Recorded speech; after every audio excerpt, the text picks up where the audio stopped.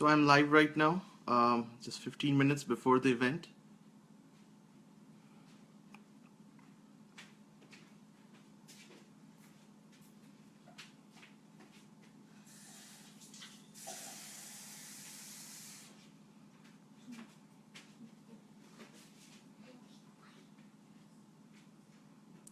So it's still 15 minutes from the event. I just am testing the link. So if somebody wants to post a comment, please go ahead. Let me see if I can see it.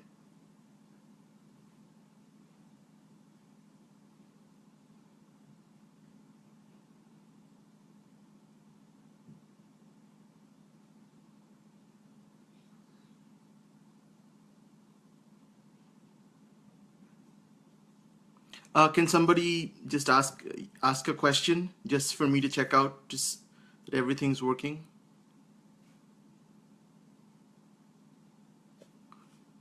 Shorjo, Konishko, Nihal, hi. Test, yes, I can see that. Good. Let's see if, no. All right, so we are still about 13 minutes away. Can you guys hear me? Good morning, Nihal. I hope you can hear me. You can hear me fine?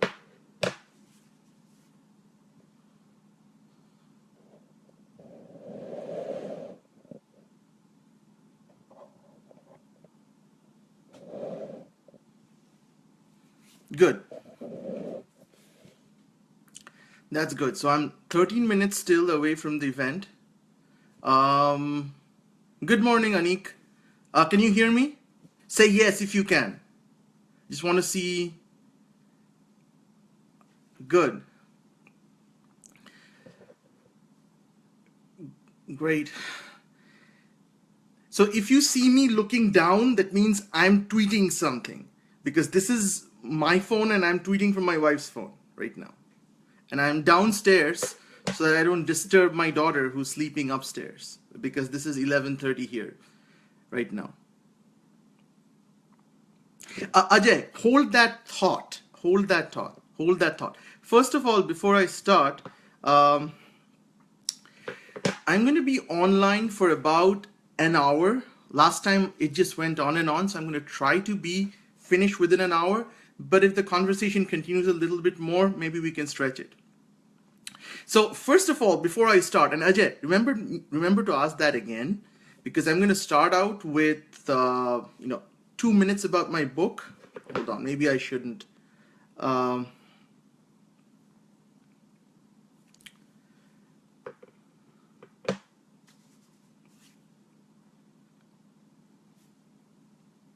there's one question about Chetan Bhagat. What I think about his writings. Repeat that question again in about, let's see, in about 10 minutes when the event starts, because I will answer that. I'll get a drink of water. Okay, so in 10 minutes, we're going to go officially live. This is just, when the guy comes to the book event and just sits there and people come to get their books autographed. This is that phase. So we're going to be asked, you guys can ask me anything. I'll try to answer the questions in the order they're received. It's going to be for an hour. And yes, I have a lot of comic memorabilia in my house. And this, right now I'm downstairs. Let's see.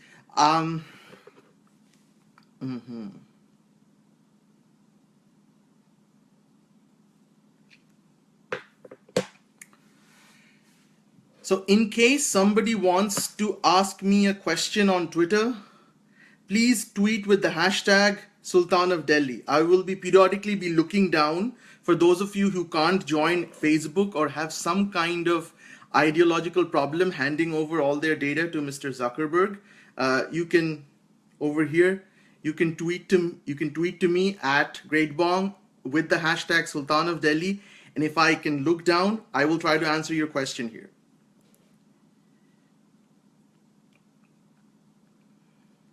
And I can see already that 26 of you are live, 27 right now.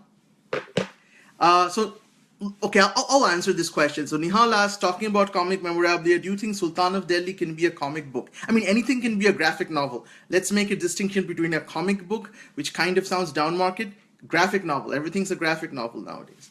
It could be. I mean, anything could be graphic novel. I mean, graphic novel just means taking something which is text and making it into visuals. It's like creating a storyboard for a movie. So since I'm already in discussion with two people, two places for cinematic rights, obviously it is cinematic. So yes, it can be made into a comic book, but I would prefer some of my other future novels to be made into a graphic novel. I have a few ideas around Mahabharat, which I think would work marvelously as a graphic novel. Not so much Sultan of Delhi. I prefer it the way it is. Manish asked me, why don't I use dual monitor for Tweet and FB? Because I have only one monitor, and my entire setup is upstairs, which is right next to the bedroom where my daughter is sleeping, and that's the reason why I'm downstairs here in the dining room. This is the problem of doing an event at 11:30 at night. Last time I did it in the morning, so I actually did it upstairs. But my wife said it was good because this painting is nice. It makes this house look good. And I'm basically covering all the cameras. You can't see where I stay. So okay. So I'm gonna sooner or later start. So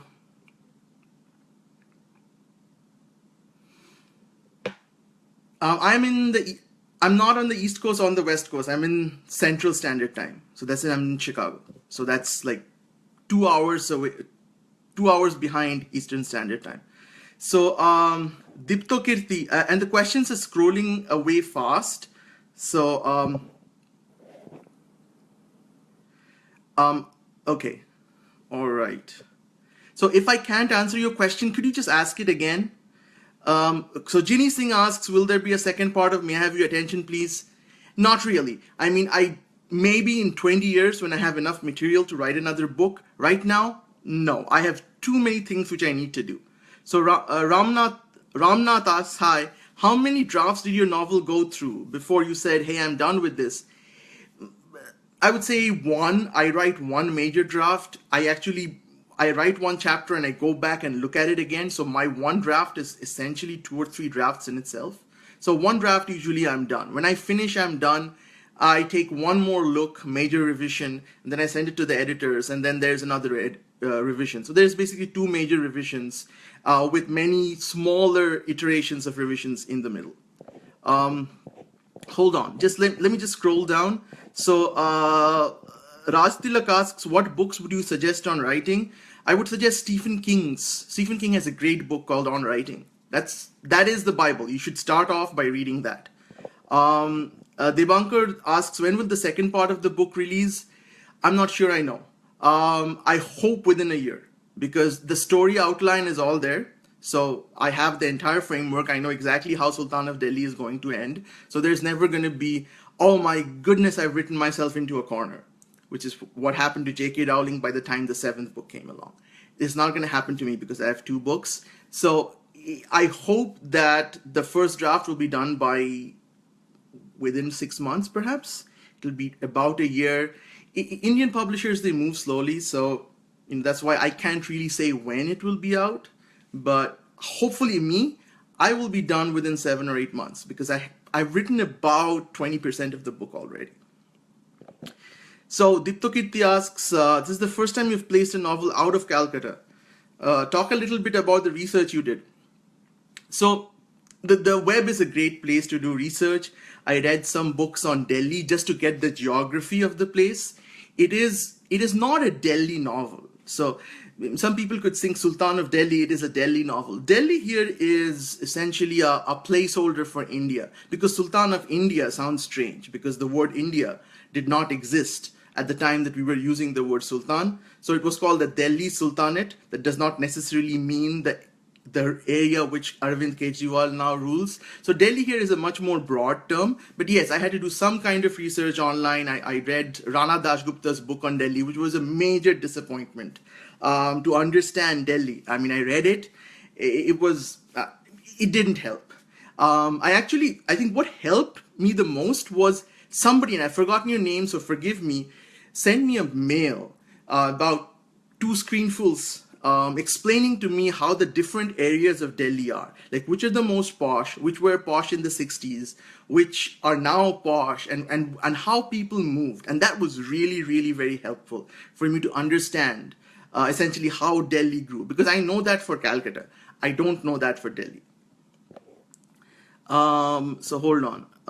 How different will it be from the great Indian novel? I'll come back to it. When are you writing another humor book? Um, let's see. I have another book coming out next year, which is written, which is done. So that's mystery, Mahabharat murders. Then I have to write, like right now, I have to write Sultan of Delhi Part 2. So once Sultan of Delhi Part 2 is done, I may start on humor. I may start on my 3-part semi-autobiographical series of novels, which will be humorous. Um, so Rajarshi asks, what prompted you to attempt a very different genre? So I actually tried to, hold on, I'm trying to see if there are messages on Twitter. So I try to vary my genres. So I do not normally write in the same genre. That's not just because it's a challenge. I myself get bored once I've written a crime novel. I did not want to write another crime saga straight up. So I did not write Sultan of Delhi Part 2 right after I finished Sultan of Delhi Part 1. I wanted to take a little change of scenery. So I wrote Mahabharat Murders, which is a very different kind of a book. I don't write in the same genre because I myself have very eclectic reading habits. So I also I read, I don't confine myself to one genre. And because I write the books that I like to read, I don't think I need to confine myself in a genre when I am writing either. Though I understand that commercially this is absolutely suicide. You should never do it if you're a budding writer, which is to hop genres. Never, never do it. But I do it. I can't write in one genre all the time. So Manish asks, when did you start writing? I actually started writing at about the age of 4 or 5. I'm exaggerating. It's not far, 4 or 5. I will definitely be, it'll definitely be somewhere around 10. 10, 7, 8. I had a diary, I had a red diary where I used to write in Bengali. My English wasn't that great at that point of time. It was 1 or 2 lines. It's things like, my grandmother made a sweater for my father and he said thank you. That was it. That was the summary. That was a summary of my whole week. That was the most excitement that I had in a week. That red diary has fortunately been lost for posterity. Seriously, I started writing as in something substantial around when I was 12 years old. So that's when I started writing my first novel. It was horrible. It was a spy thriller in which the Russians, this was a time when the Cold War was still on. So where the Russians had launched a nuclear strike on Washington, D.C. I wrote this when I was 12. It was about 50 pages. That also does not exist anymore. I also started writing at that point of time, and that went to 25 pages, about a novel about a Spanish conquistador who comes to the US. And don't ask me why I thought of that. I have absolutely no idea. So Payal asks, do you think it's wise to spend a fat amount on just getting your book published? I have no idea why you use the word fat when I'm online, but please don't answer that question. On just getting your book published, you mean as in self-publishing? Yes, it doesn't make any sense. Don't self-publish. Okay, don't self-publish. Only self-publish once you have made an audience for yourself using conventional publishing. Because then you have your audience, and perhaps you might think that you don't need a publisher anymore to build an audience for yourself, and you can just directly sell to your audience, in which case you're basically cutting out the middleman. Then it makes sense. But otherwise, according to me, if you're a first-time author, don't self-publish. If a publisher is not accepting your manuscript, just wait or do something else. Just purely my advice. Anik, what is it with us bongs and thrillers? Charismatic detective characters. Well, Sultan of Delhi isn't a detective story. Mahabharat Murders is, and I should not be promoting my book at this point of time, a book which has not yet been published or not on pre-order.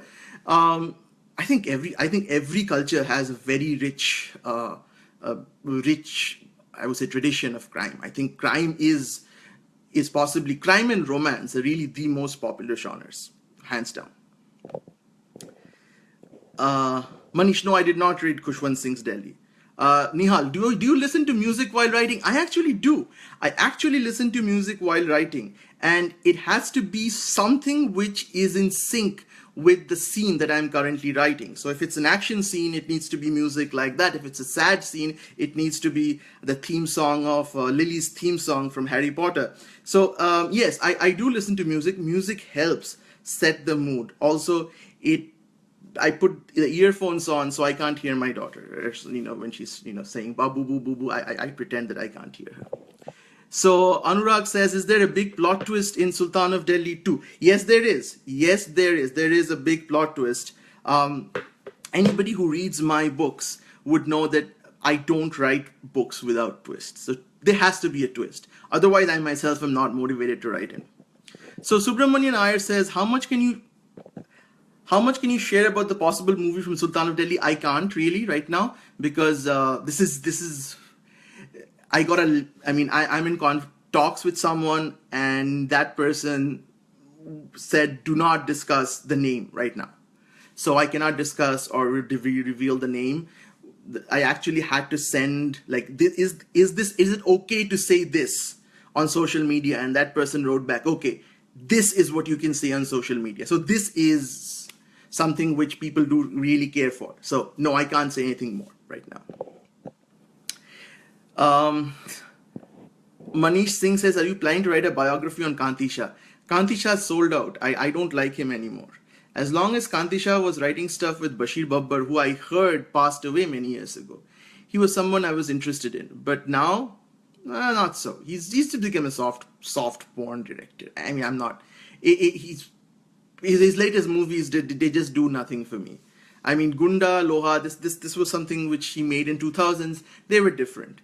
And biography on him, I want to do some kind of non-fiction on B-grade movies, not just Kanti Shah, but the general genre. But in writing non-fiction is a time-consuming exercise, which brings me to a question which was asked to me on Twitter a few days ago, which went like, when will I write a political non-fiction novel, a book on?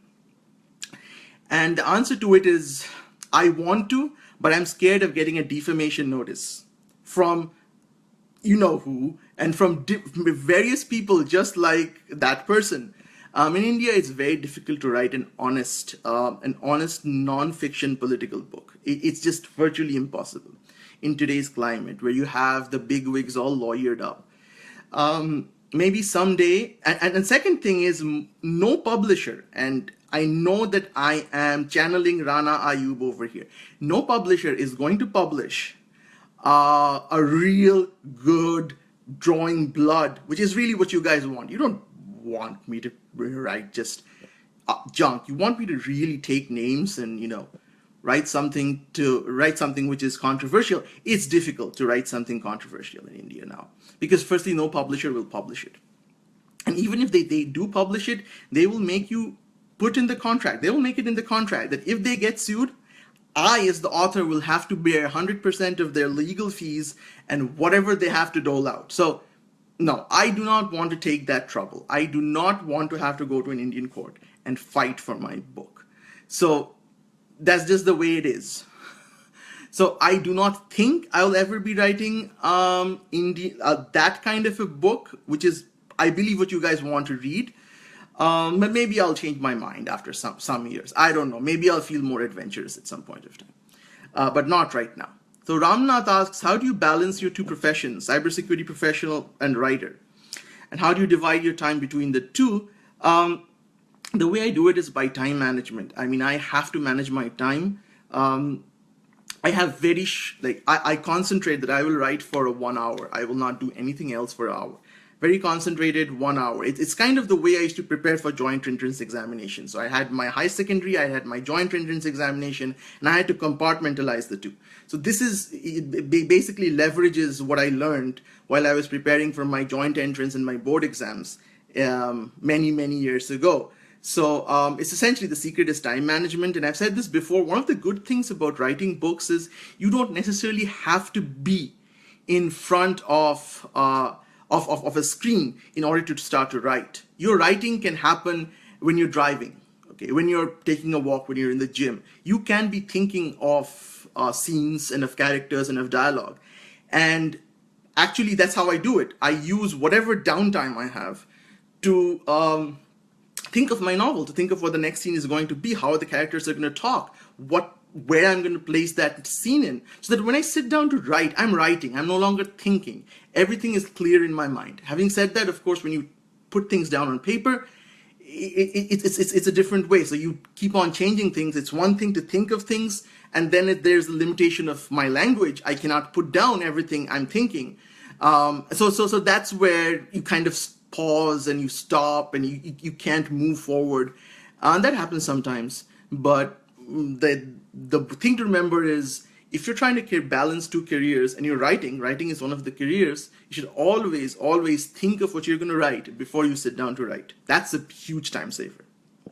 So Anindo asks, are you planning to launch in India? How tough it was to go back writing after the not so successful Yatrik. So thanks for calling it not so successful. I have no idea what you mean by that, but I'm not planning to launch in India because book launches, as in store launches, they're good for my ego. So I love sitting there and I love giving autographs. I love talking to you guys, but in terms of sales, they don't. There's no ROI. There's no ROI. People who come to a bookstore, here's short one-liner why. People who come to a bookstore to buy your books are gonna buy your books, regardless. You don't really increase your audience. What I'm doing right now is absolutely free, and this is the way I believe there's a greater return on investment, because if all the 60 people who possibly who's at different points of time have watched this, one or two of those people, at least I believe, might buy the book based on this interaction, based on the interest that's been generated by this interaction, who would normally not buy my book. And that person would definitely never physically come to an event. And last time I did an event at Bombay was the time I said, no, I'm not going to be doing events for a very, very long time. Bombay basically taught me this thing. So Kanishka writes, so do you write one book at a time or more than one? One book at a time. I try to write one book at a time. Sometimes what happens is something else comes up and I leave the book and I start writing something else. But that means that other book has been abandoned for now. So it's not that on Monday I'm writing one book, on Tuesday I'm writing another book. This is not, I can't multitask like that. So Rajoshi asks, how do you split time? I already answered that question. Do you write every day? No, I don't write every day, and I don't write a fixed number of pages. Because you see, writing to me is a hobby. If it becomes an everyday event, then it becomes something like going to work. So I write only when I feel compelled to write. Having said that, there are some days in which you don't want to write, and I end up writing. That's true, because I have to finish it because the deadline's coming up. Because my publisher will be on my behind if I don't send the draft by a certain date. And those are usually the days when I write the worst, when I don't want to write. I try not to write too much. So I normally have a limit. And again, it's not a number of pages, it's a number of words. So normally if I write more than 1,000 words a day, the 1,001th word is garbage. So after that, if I write more, I'll have to go back and change it. So 1,000 words is about the extent to which I believe you can write decent prose that is good to go. Otherwise, if you write more than that, you'll have to go and do extensive revisions. So Suhail Mehdi asked favorite book. This question gets asked. What is favorite book? How can I answer? There's so many favorite books. I mean, right now I'm thinking Godfather because this is a book which, is in the genre. So, of course, the favorite book in the genre is Godfather. And I guess that's no surprise. So again, okay, so this question, view on Chetan Bhagat writings. So Chetan Bhagat is actually a great thing for all of us looking for an audience. You just have to say something about Chetan Bhagat, and Chetan Bhagat does that himself. He says about other people to get attention. For us second rung people, talking about Chetan Bhagat gets us attention. So I will try not to talk about Chetan Bhagat. And very briefly, the thing is, there is no good book, there is no bad book. I mean, even though if you ask me, there are many days when I will say that there is a good book and a bad book. But in honesty, there is no notion of a good book or a bad book. A book is trying to find an audience. Every book is trying to find an audience. Every author is trying to find an audience. And a successful book is one which finds its audience. A not so successful book is a book which doesn't find its audience. Sometimes it's the writing, sometimes it's the story, sometimes it's just the publicity, sometimes it's just the author, because people aren't always buying a book for the story, they're also sometimes buying it for the author. So Chetan Bhagat is somebody who's successful. He is a successful author. I would not say he's a good author, I'll say he's a successful author. He's a successful author because he's found his audience. He has an enormous audience. No matter what people say, people will be jealous of having that kind of an audience, and any author would love to have that kind of an audience. So Chetan is someone who's like Salman Khan in the sense that he's review proof. I mean, no amount of bad reviews of his book will in any shape or form affect his readership. Nothing will affect his readership. There will be a certain amount of people who will read his book no matter what it is. And that, creating something like that is an achievement. I mean, if you're able to do that, you definitely have done something right. So let me stop here because that's all the attention that I'm going to give him. Dayanand says, you stay in US but all your writing is about India and all things Indian. Will you ever be coming back to India for good? So I have tried several times. I mean, coming back to India for good means getting gainful employment. So I have tried many times to get gainful employment in India, and every time there has been something which has prevented me from getting that. So about a year ago, I tried applying to several academic institutes inside India. I had an idea that I wanted to teach in India. It's basically cybersecurity strategy. I just found that nobody was interested in that. It was bizarre, my experiences of interacting with people in academia in India. I just felt frustrated. I just felt nobody wanted that. And so I'm doing exactly that over here at a medical device and pharma company. And I just felt that we don't have this in India. And it's something which we need in management institutes to teach students what cybersecurity strategy is. But maybe in a few years' time, I'll try again and see if people are more receptive to some concept that is somewhat unique. But for now, no, I will be here. I will be here in the conceivable future. So Mahendra asks, what is your opinion on level of politics in US compared to India?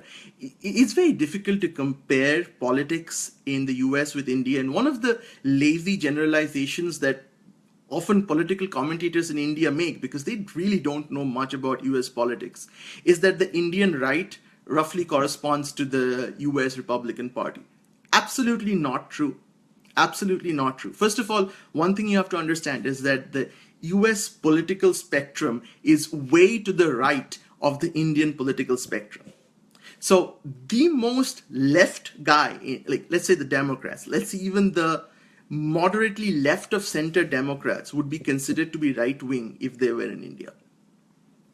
As an example, you will never find anyone in the mainstream of US politics ever being at a book event which says that 9/11 was a false flag operation done by the US government. You will never find that.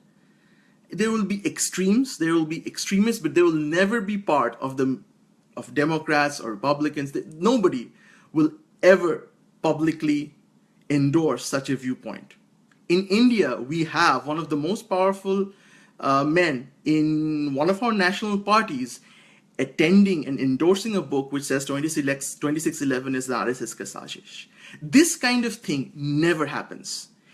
We have in India a person who self-identifies herself as a leader of an extreme left-wing organization, the CPI-ML, and that person is invited on TV in prime time on various topics to come and give her opinion.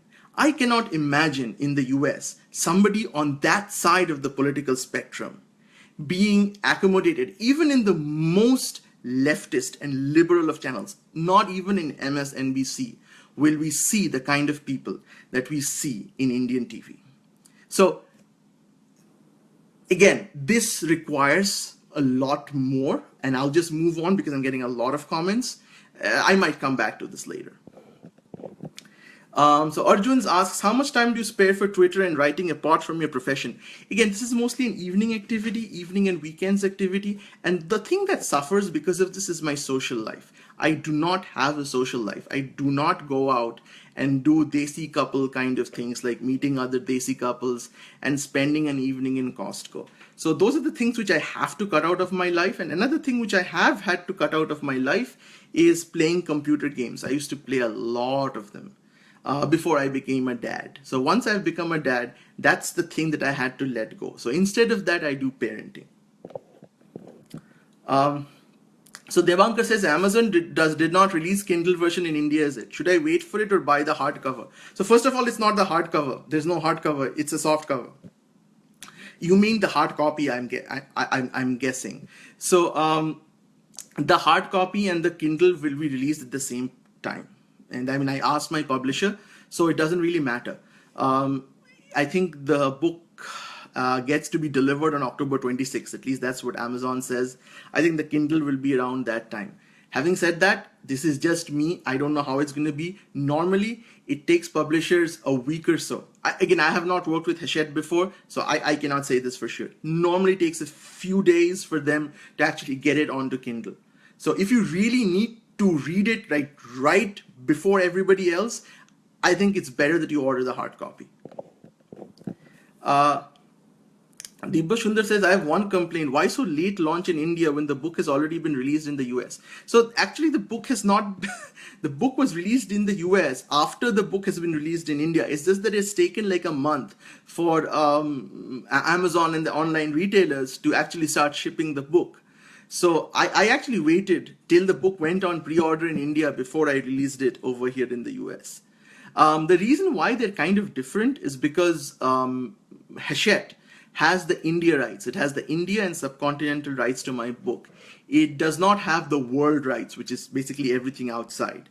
I have the world rights. So I control the schedule for everything else. They don't.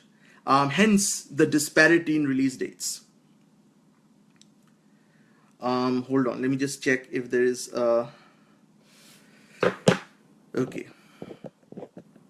So Subramaniam Iyer says, speaking for Rana Ayub, who is the better journalist? You have to choose Rana Ayub, Barkha Dutt, Sagarika Ghosh, Rajdeep Sardesai. Okay, I'll say the better journalist is Rana Ayub by far. I mean, Rana Ayub actually took some risk and went undercover and did something.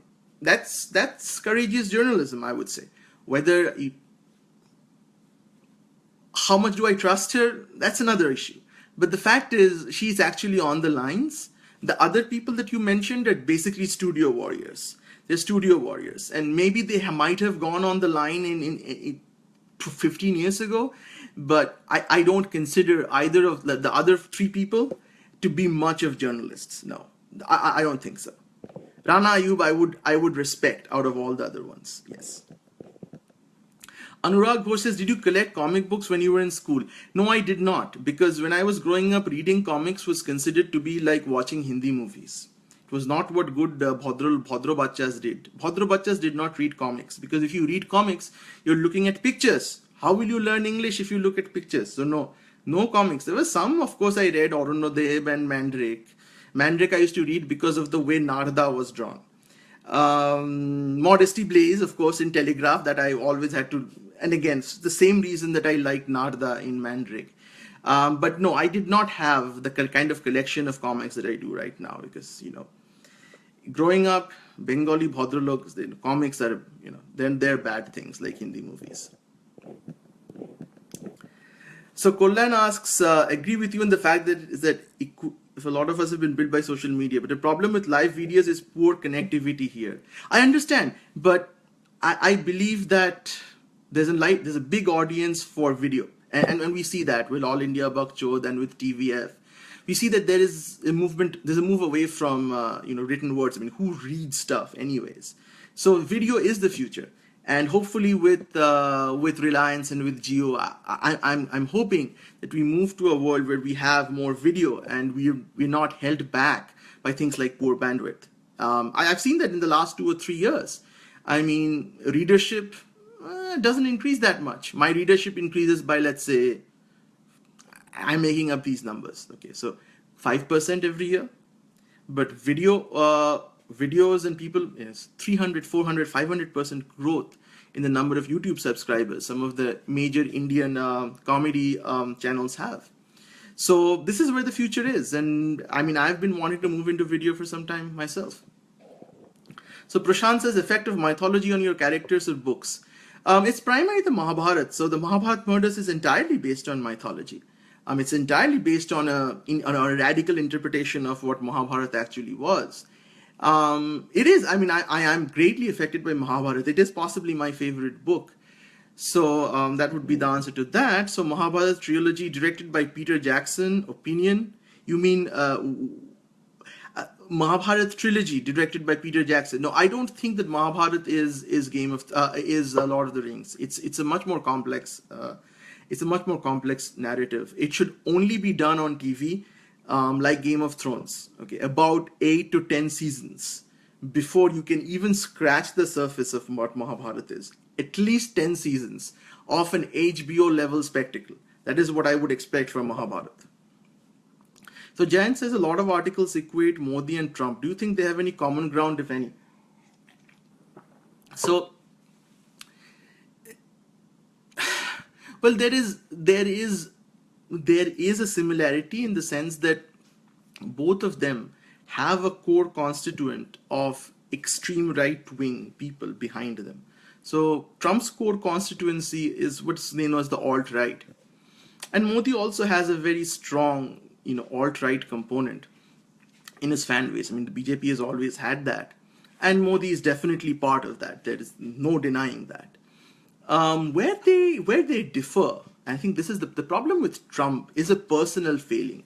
I think if Trump was essentially someone who was not groping women's genitalia and bragging about it, he would not be in this space. It's not really the message that has really led to the alienation, because if you look at the revolt within the Republican Party, it didn't happen before this revelation. Okay, so for so long he's led a charmed life because he was essentially speaking. He was not saying something which was radically different to what the Republicans had been saying for decades. It's just that he's very forward about it. He doesn't equivocate. And many people like that honesty. I don't think Modi actually appeals to the same kind of people that Trump. There's a huge fan base of Modi which are educated Indians, okay, science-educated Indians. I don't think Trump has that constituency because Trump, I think the closest analog in Indian terms would be somebody like Sadhvi Prachi. Okay, Sadhvi Prachi, that kind of a person. So again, their appeal would kind of correspond with Trump, but again, you should be very careful when drawing analogies because they're very, very different spectrums. Okay, so Subramaniam, if on par gainful employment is a given, would you like to stay in India or US? Well, are you giving me gainful employment? Is employment the only thing which is holding you back? As an NI, this is a question even I struggle with. No, you're right. There are many other things which hold me back. One of the things which hold me back is the fact that, I grew up in India. I stayed there for 23 years, but I left India when I was a student. I graduated from Jadavpur University. Within 2 weeks, I was in the US. So I've never really lived by myself in India, ever. I was always staying with my parents. My parents were very protective. So I grew up in a very protected, sheltered life. So I've never really lived in India. So I don't even know if the India that I think I would go to is the India that actually is. So that kind of holds me back. It's almost like going to a foreign land. I mean, it sounds crazy saying it, but I have not grown up in India. I've not grown up outside Calcutta. So if I go to Bangalore, um, at this age, it will be just like, leaving home at 23. So that it's kind of at this age you're kind of a little bit scared sometimes of going out and looking at something totally new. That's one thing, but primarily it's been gainful employment. It's been that if I get a job which excites me, which is what I want to do, then yeah, sure, definitely. So Gargi asks, how did the idea of Sultan of Delhi first come to you? Well, the idea came, all my ideas come from the back. So if I first have to think of the ending. So I've always wanted to do a mafia saga. Family is focuses on the two things I wanted to do. I wanted to do a mafia saga which just doesn't concentrate on the family, but also concentrates on the how the business is made. So for instance, Godfather, which you know this is not Godfather. I've tried to be as not Godfather as possible, but if you write in the genre, comparisons with Godfather are inevitable. So Godfather talks about the family. It does not talk about how Don Corleone becomes Don Corleone. It doesn't. There's nowhere does it say. I mean, he magically becomes Don Corleone. Um, Sultan of Delhi isn't like that. Sultan of Delhi actually tries to balance the hows with the whys. So in that case, in that respect, it's unique. I wanted to do something on those lines. Um, and then I thought of this ending, which really excited me. A twist, an ending, which I felt I haven't read it before. So that's when I kind of worked back and Sultan of Delhi came into being.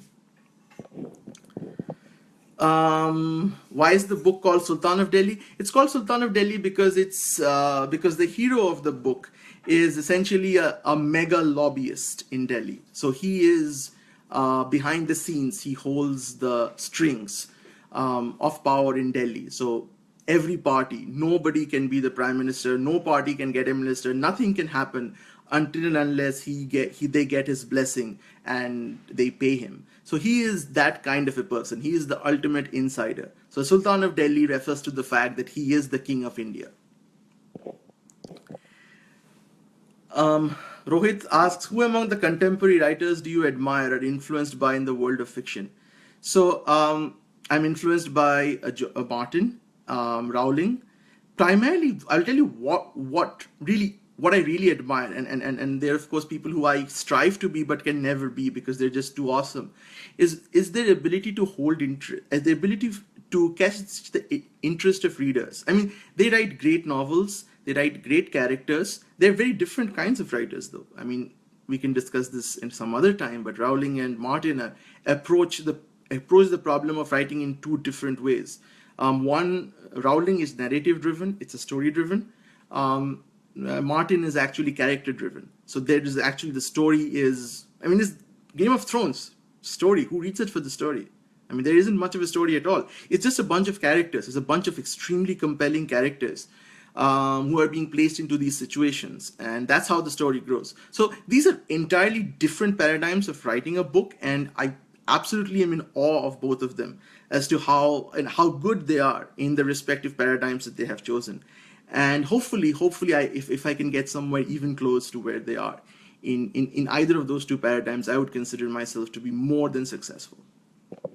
So Jayan says, you dig up such treasures for Twitter. How do you find them? Well, I'm sure you guys get these same things at different points of time. You're looking for something and then you find something else. Unlike you, though, I save them on my hard drive. And I remember, my mind indexes them. That's the unique thing. My mind indexes them and I know exactly when to tweet that. And I know where they are. That's the main important thing.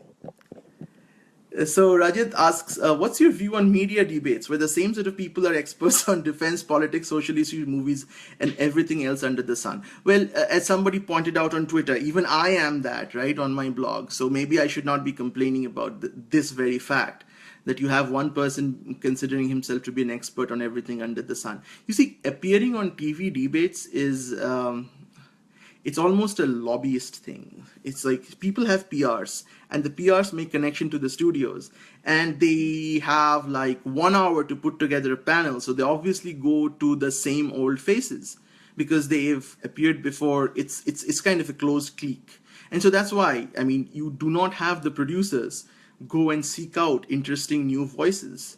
So you'll find the same person being called again and again and again. So for instance, for some reason, Times Now, Rahul Roy is considered to be a representative of celebrities. I have no idea how that happened, except there might be somebody who loved Ashiki.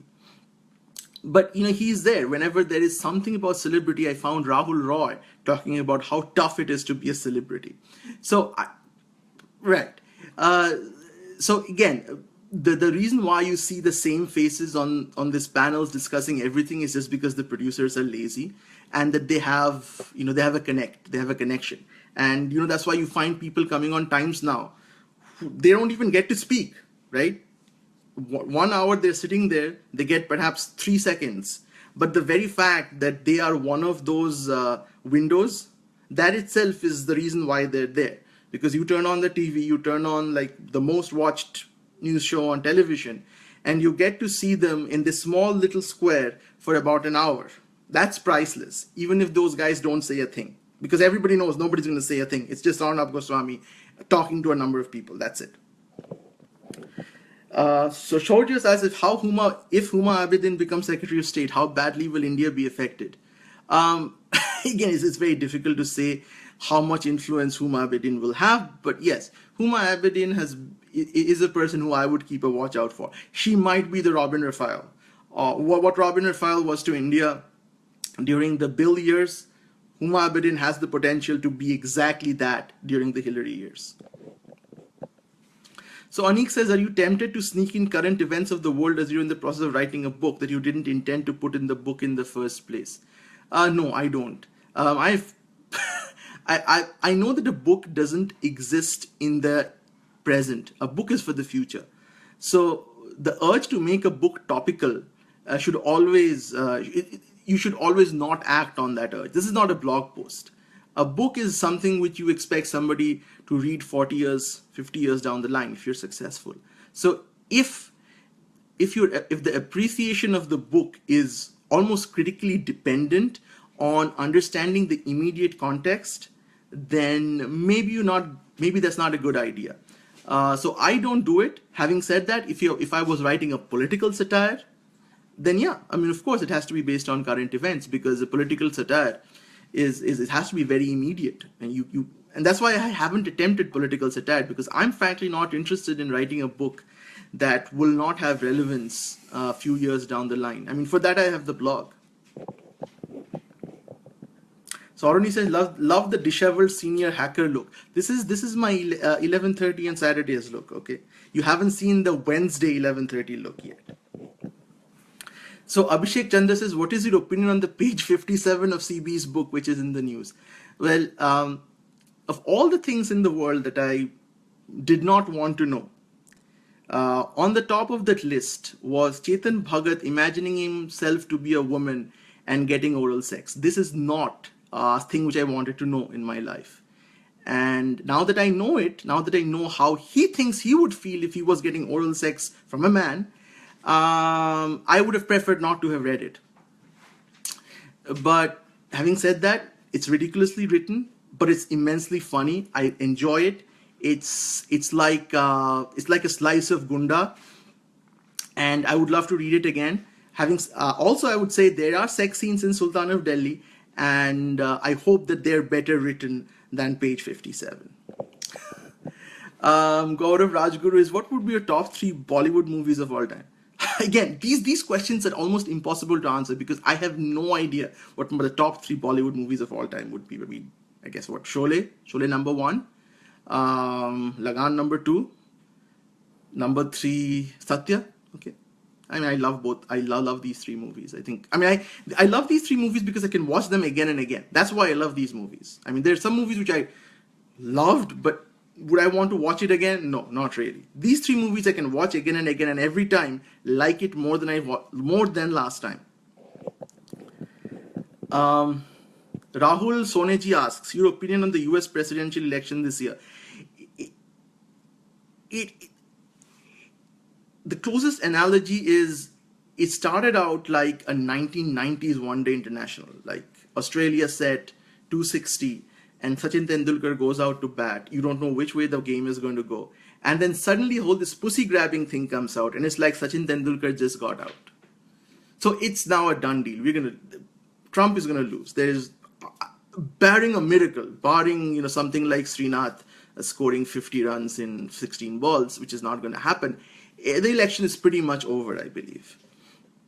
But again, it was very tight at one point of time. It was at one point of time. I mean, a lot of people felt that Trump might even win. So barring something like Srinath scoring 15, 16 balls, I don't think that's going to happen. It's pretty much to mix my sporting metaphors, a slam dunk from now on. So Subramaniam asks, what do you think is the next possible national issue in India? Uniform civil code or Indo-Pak tensions boiling over? Uniform civil code, I would say. India-Pakistan tensions are not really an issue in India. I mean, there is a lot of hot air, and much of the hot air is basically TV channel driven. I think more or less most Indian parties agree on Pakistan. No matter, people will say, of course, that some parties are in the tank for Pakistan, but no, they aren't. Okay, majorly there might be some people who because of their liberal persuasions might be tempted to look at the other side a little bit more than we would think is necessary. But in general, I think more or less that we're united on our how we will deal with Pakistan. I mean, there might be policies, there might be differences in policies, and that's absolutely fine. Uniform civil code is a big problem because especially for a party like BJP to pass uniform civil code, that is the problem. Because it will automatically be taken as an intrusion into the rights of minorities, and it has the potential. It has the potential of being explosive. I mean, let's all of us agree that we need to have a uniform civil code. We need to have secular law, Hindus, Muslims. But having said that, it's not as simple. I mean, I recognize this, and I make this mistake myself, that there is the principle. There is the principle, and we all agree that this is a great thing. This is not a great thing. This is the only thing, that law has to be uniform. One nation, one law. But having said that, there are also political realities. There are also social realities, and there is the fact that different communities have different standards. And we in India have, because of our diversity, we cannot often take the principal stance. I understand that's real politics. So I'm interested in the Uniform Civil Code as to see how it plays out.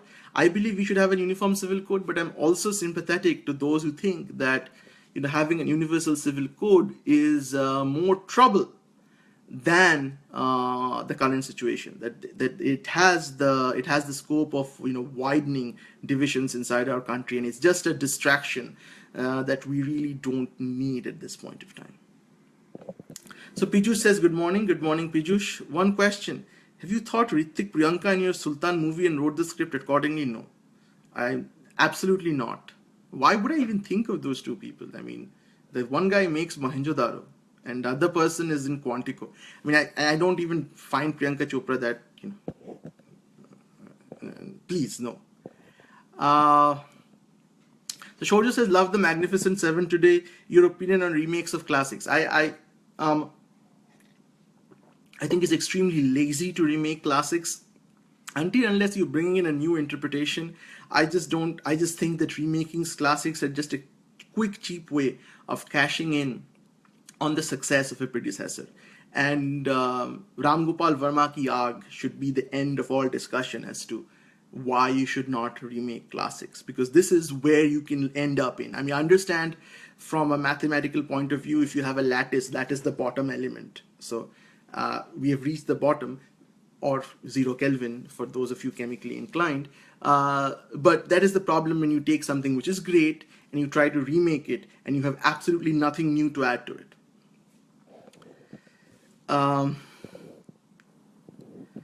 So Gaurav says, do I think Huma Abedin will be Secretary of State? I don't know. I don't know who it will be, but the fact is that it's not. I mean, the way America is, it's never is the one person who takes decisions. I mean, one of the biggest things is State Department, the politics in State Department, and the U.S. system is actually very, and that's why you often find paralysis, that they can't get anything done. There's a lot of different stakeholders. There's a lot of bureaucracy.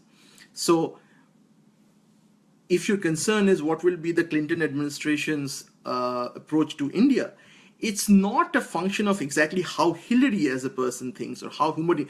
I mean, Huma Abedin might be an influential person, but she is not the be-all and end-all. There will be other people. But having said that, the State Department has historically been very anti-India. Historically, very anti-India. Through and that doesn't change, no matter who is the president. So Oyon asks, I don't know whether it has been asked before, given a choice, which book of yours would you like to be made into a feature film first, and by which director? I would like The Mind to be made into a feature film because I think it's extremely cinematic, and I would like it to be made in English by someone here in the US. I don't think that India has a market for horror beyond Imran Hashmi's long tongue snaking its way into another. I don't think there is horror. The horror market in India even exists. So, and definitely not for something like Mind. I mean, the census won't even pass it. Vivek asks, "Hey Arnab, how is it going on?" I'm here. Anik says, what do you think about the near total blackout of the WikiLeaks revelations about Hillary Clinton by the mainstream media? Is it a total blackout? Because I read about the WikiLeaks from mainstream media itself.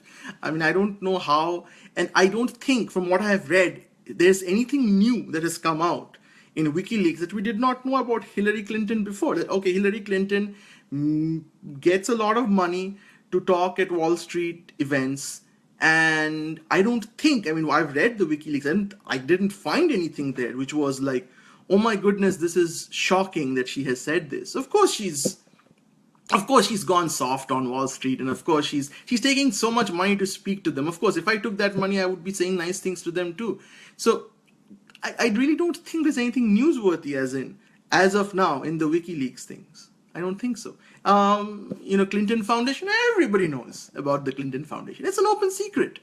The Clinton Foundation is, like our Sonia Gandhi's foundation. It's just like that. I mean, everybody has a foundation. That's the reason why they have foundations. I mean, there's nothing new about this. What was new was Donald Trump essentially accepting that he assaulted women. That is new. That is the news, and that's why it's all over the news. It is not he said, she said. It's he said, he said. Subramaniam Iyer says, opening scene of Sultan of Delhi, was there an inspiration? I felt this was very Tarantino-esque. Yes, Tarantino is an... Thank you for getting that. Yes, it is inspired by an opening... This is the way a Tarantino would write an opening scene, and that's what I try to do. Yes. So, Tarantino is a big inspiration behind Sultan of Delhi, for those of you who have read it. Vivek says, Hillary is actually not a very good prospect for India. Well, based on how her husband was, perhaps true. But again, it's likely that she will be less good for India than Donald Trump would have been. But it's very difficult to say, because in the India of 90s is not the India of today. So again, as I said before a few minutes ago, US foreign policy is not determined by the president. Okay, the president virtually has very little input into US foreign policy. There are many stakeholders, and what comes out is essentially a resultant of multiple forces.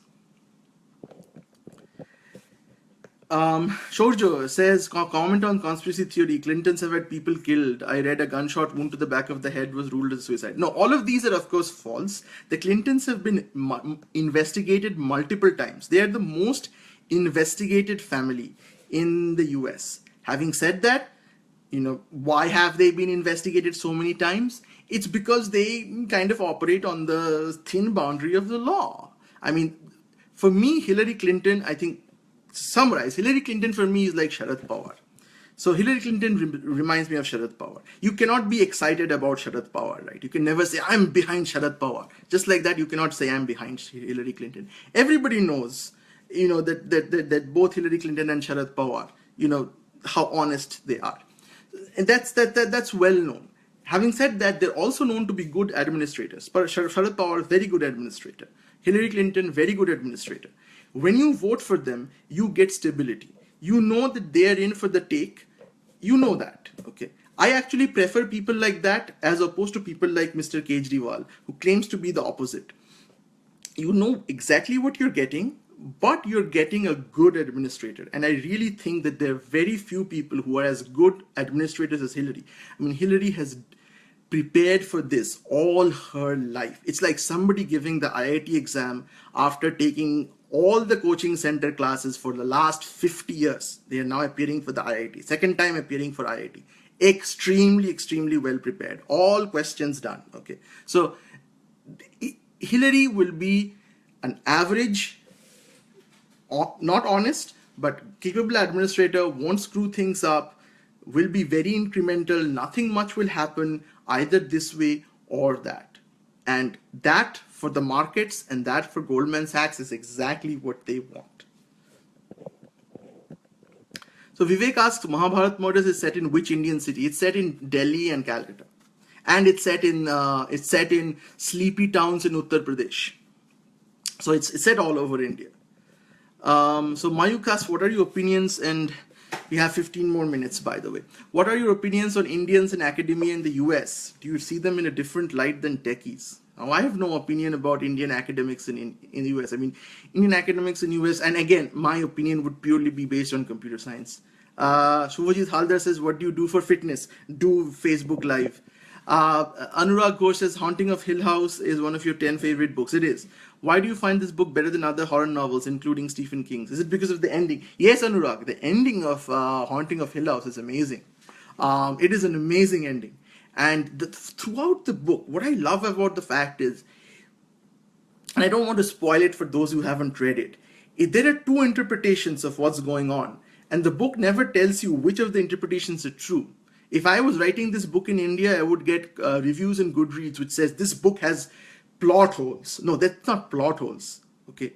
When you have multiple interpretations and the author does not tell you what is actually going on, it's not a plot hole, it's deliberate. Okay. That's exactly what I had in mind, which people say plot holes. No, there are multiple interpretations of what happens in mine. Of course, I'm not going to compare mine with Haunting of Hill House, which is an entirely different world of great writing.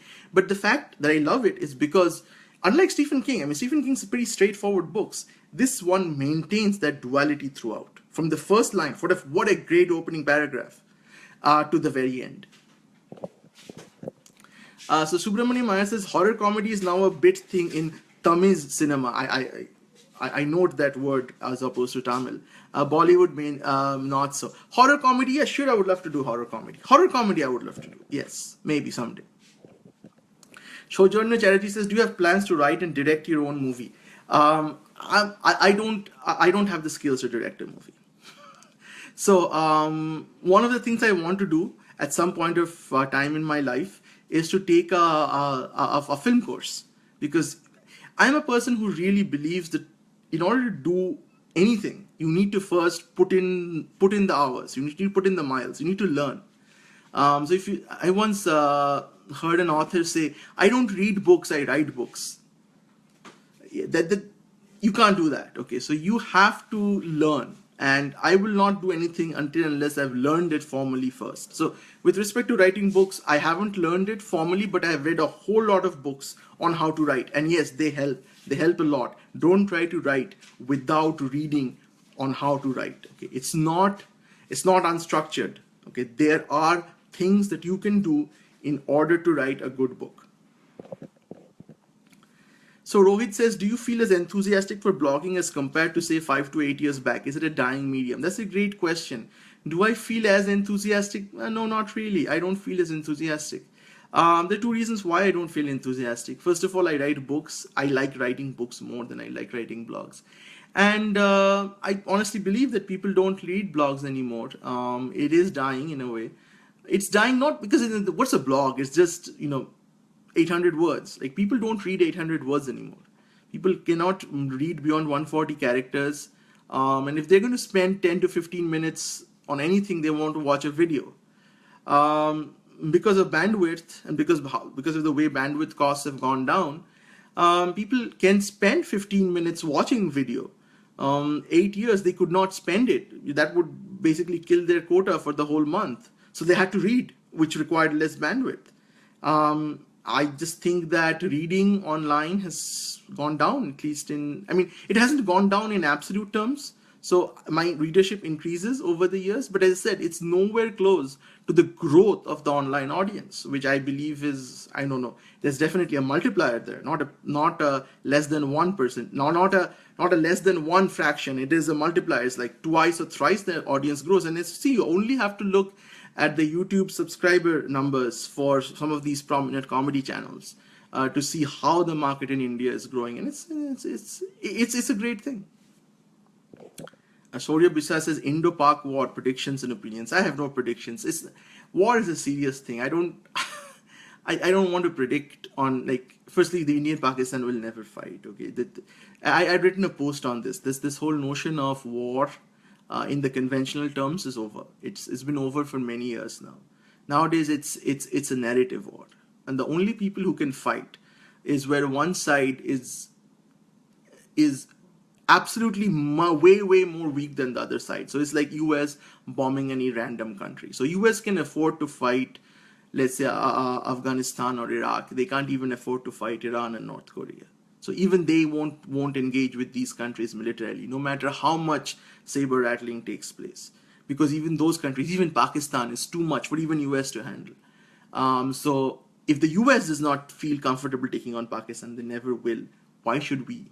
We stayed right next to them. Rudra Sen Sharma again asks the question: how do you manage time and handle multiple tasks?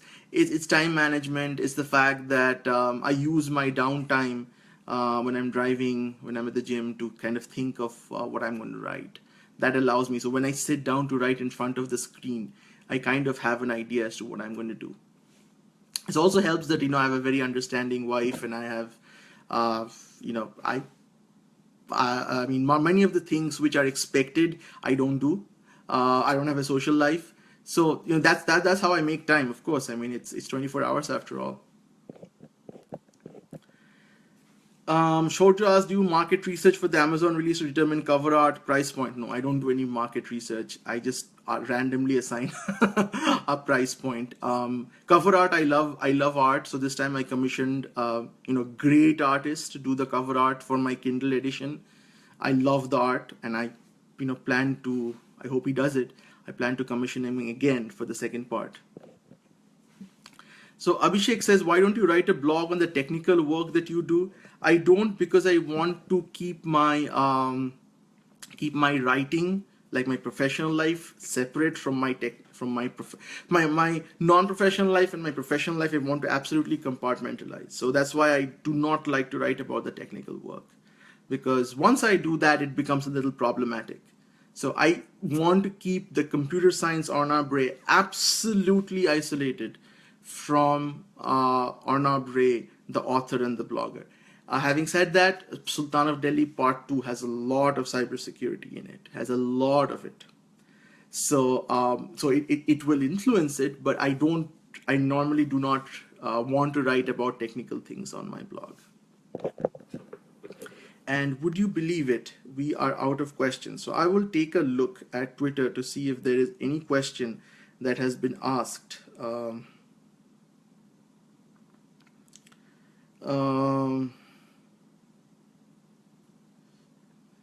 Let's see.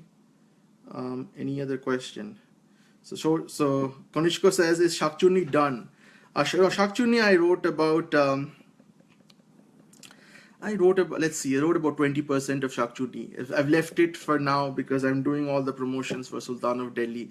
And based on the huge interest in Sultan of Delhi, which was a little bit more than I thought I would, I think I have to write Sultan of Delhi Part 2 right now. So Shakchuni is going to go on the back burner. Though I love the story. Shorja says, on a scale of 1 to 10, rate yourself as a computer scientist, as an author. Okay, so as a computer scientist, I would say 7. As an author, I won't be modest, 8.5. 8.5. Yeah, 8.5. Okay, 8. 8. I'll be mod. 8. So 7, computer scientist 8. Definitely a better author than a computer scientist. That I can tell you.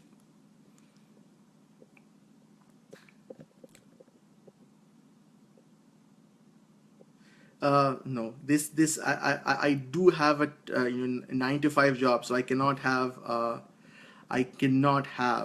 funky hairstyle. So Kaushik asks, what can your fans expect from our new book? I don't know what "our" means in this case, but new book. Look at the blurb. That's what the new book is about. To quote Rajdeep Sardesai, read the book to find out. So I'm not going to give you a lot of details. Okay, somebody says Ashutosh reminds you of which Gunda character? Come on, do you even need me to answer this question? Of course, he reminds me of one and only one character, and he's the guy who dies in the bathroom. Um, Rahul Soneji said, do you think you will ever be called on Times Now debates? Highly unlikely that I will be called on Times Now debate, because I don't think that there can be two suns in the sky. There can't be two Arnobs on one screen. And Shomokant Singh says, any plans for a cricket-based novel? I actually did have a plan for a cricket-based novel. I actually wrote the synopsis and I sent it over, but that was for a movie actually, but nothing much came of it.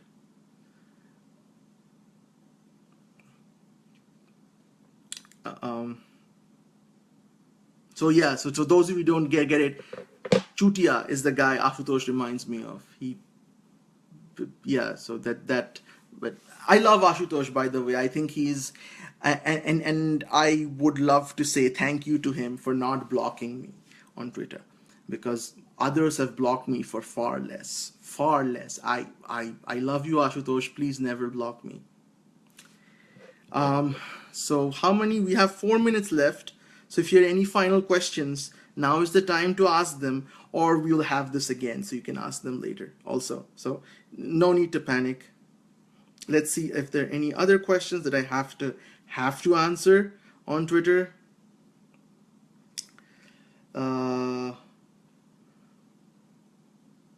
Okay, I don't think there are any other questions.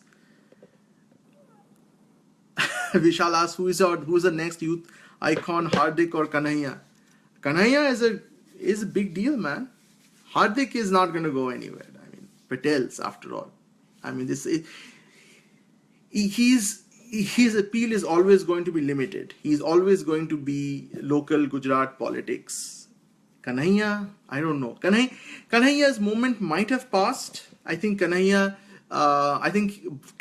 versus Kejriwal, I think Kejriwal was smarter. He kept up appearances of being honest and independent a bit more than Kanhaiya did. I mean, he quickly, went into his, I want to go into Bihar politics mode too fast. I mean, at his age, he should not be doing PhD, but he should not be doing that kind of politics either. So I think that his time has passed, but again, in Indian politics, you can never say. So I would say none of them would be youth icons. So Kanishka says, I find your lack of coverage on KRK disturbing. I find that man to be disgusting. I mean, he disgusts me. I mean, I would say nobody disgusts me to the extent that man does. I don't even consider him worthy of comment. I mean, there was at one point of time when, before he went on Twitter, where he was mildly amusing with Deshdrohi, but, his tweets and his absolute demeaning of women is just unbelievable. It's just unbelievable that somebody can keep on doing that, and so many people, millions of people, actually find it funny. I mean, the novelty of somebody being crass to that extent hasn't worn off in years. That's what worries me, really. The show just is the Bengali love of Shourav because of lack of Bengali sport heroes. I think that's a fair assessment. I think it's a lack of heroes as such, as of now. I mean, we don't have a lot of heroes in Bengal. We don't. I think Shourav Ganguly is a Bengali hero in many ways. So Gaurav says Kejriwal or Rahul for PM. Between those two, Kejriwal, yes. Which says a lot for Rahul. Tushar Sinha says, which political party do you support? I don't support any political party. I mean, supporting political parties is, I believe, a kind of intellectual dishonesty. I mean, all the political parties are fucked. Okay, sorry for using that word, in India. There's some good people on all sides. Every party has good people. Every party has people whom I respect. And I'm an issue-based person. So there are some issues in which I'm firmly with the Congress and with AAP. There are some issues in which I'm firmly with the BJP. Okay. So it depends on what issue are we talking about. I have been abused by people from both sides of the political spectrum. So that makes me extremely neutral. I don't really care for the electoral fortunes of anyone. I don't find, I don't exult when any political party wins, because I think that they all belong to the same cesspool. I really don't think, and here I might be echoing a little bit of Mr. Kejriwal, I do believe it's some kind of sab mile hue. And the Sultan of Delhi is about that. It's about that there are no political parties. It's just one, it's an uniparty. And you have some people who are outsiders, who try. And I think this is true of US politics also. So the notion that you have different political parties is nothing but an optical illusion. There are really no political parties. The Kejriwal came with like, oh, this is not your every political party. And for a while, he was right. But now even the biggest fans of Aam Aadmi Party would at least accept that it is no different from any other political party in any respect. So Jayan says, a non-religious person, what aspect of mythologies appeal to you? What appeals to me is essentially the characters. I don't believe in God, so there's nothing religious about my liking of mythology. I love them because it's not a single narrative. It was not written by one person. It is essentially like Wikipedia. It's not written by one person. It's written by so many people over so many ages, and yet, as you see in Wikipedia, so many people in a total decentralized way produce something which is so amazing. Mahabharata is like that. Mahabharata, Ramayana, the epics are like that.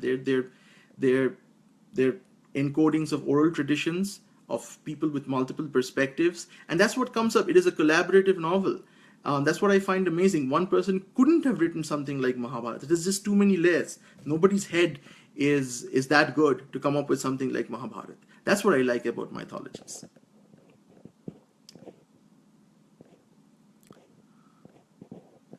So Shorjo says, why don't you like Priyanka Chopra? I don't like her because I just don't find her acting attractive. She's not. No, I just don't like her. I don't know. I don't like Katrina Kaif either. Among all the new current crop of actresses, I like only Deepika Padukone to an extent. Mayuk says, has your grad school PhD experience shaped you as a writer? It has.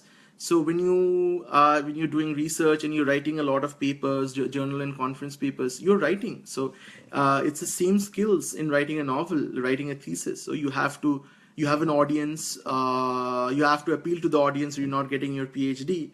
You have to write to your program committees to get your paper accepted. So you have to anticipate how people will react to what you're writing. You need to have people get interested in your work. One of the things is a well-written paper. There are many papers which might have good things in them, but they're actually horribly written. And there's some papers which you'll realize have nothing in them, but they're exceptionally well written. So writing research papers, while you can't obviously make up stuff, it's not an exercise in imagination, but it's definitely an exercise in building up a narrative. So you have to build up a narrative. You have to make people understand why exactly your work is significant, how it differs from other people's work. And you also need to be able to anticipate how your critics will react to what you have written. And that's a skill which helps me when I'm writing a novel. I know when I'm writing something, here's how people are going to react to it. And I need to kind of take into account that while I'm writing something. So Rohit Majumdar says, what would be the Hollywood equivalent of Gunda? So right now the name escapes me, but it's a movie about I can't remember the movie, but it is considered to be, it is not Plan 9 from Outer Space, by the way. It's a movie made in the 2000s, and if somebody can remember, it was this guy with long hair as the hero who says hi all the time. It's brilliant. I have seen some clips of it on YouTube. So Shaunak says, what would be your passion if you leave writing tomorrow? Watching movies.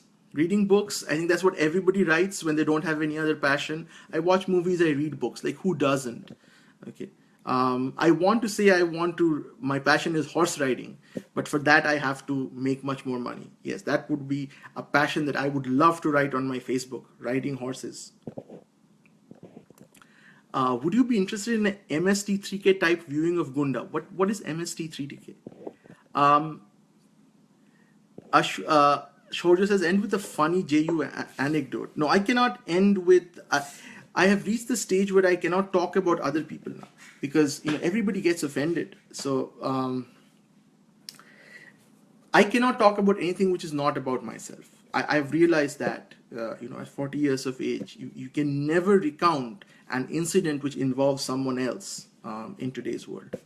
So no. Ashwini Singhs, what would be your wish list in terms of actor and director for a movie adaptation of The Mind? So as I said, director can be anyone, actor can be anyone. These are not like hero movies. It's not like, oh, I want Mithun Chakravarti for my Mind. It is not. These good horror actually works with unknown cast. So you should not know anything about these people. That adds an air of mystery. Because if you have like known people in horror or psychological thrillers, you automatically know, right? If you see Shah Rukh Khan in a psychological thriller, you obviously know what's going to happen. So the actors give you a clue because you know their body of work, and in India especially, they don't much deviate from what they have done for the last n number of years. So an ideal cast would obviously be one in which everybody is new. That would be a great cast. So we are 6 minutes over. So thank you for coming, and thank you for asking questions. And if you have any further questions, feel free to ask them on Twitter, and I will reply to them on Twitter. And we will do this again. We will do this again perhaps in 2 more weeks. So any questions that you have, you can ask them. Any questions you already had and you asked them, you can ask me them again and just see how I have a different answer at that point of time. Final question, does SRK appeal to you anymore? Not in the way he appealed to me in the 90s. I was a big fan. I've written an article in DNA, so search for my name, Arnab Ray, DNA, Shah Rukh Khan, to see what I exactly feel about Shah Rukh Khan, because we already reached the end and I just won't want to spend another 10 minutes. It's all written down, what I feel about Shah Rukh Khan and why I feel the way I do. So again, thanks all of you. Once again, Sultan of Delhi is available for pre-order on Amazon India. That's the physical copy. It will go on sale. The Kindle will be available at the end of this month when the book starts shipping. For those of you who are outside India and Pakistan, I'm pretty sure nobody from Pakistan is watching this, so let's say outside India, the book is available on Kindle. Sultan of Delhi Part 1 is available on Kindle, Amazon.com right now. You can read it right now. So thank you everyone, and we will be doing this in 2 weeks. Bye-bye.